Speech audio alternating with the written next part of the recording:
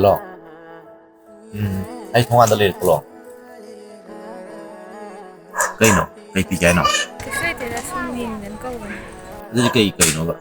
Episode 5 to, det 13 na tado ni hai to. Adugi oire nang ay kaursiya. Phone dum hai kay kay kay ja. Oi, chalo ha.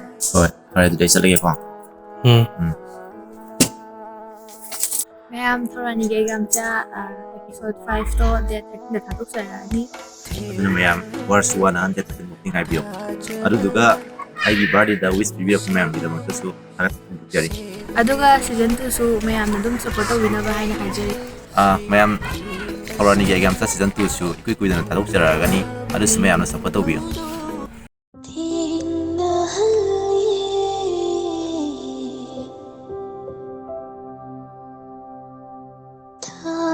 Just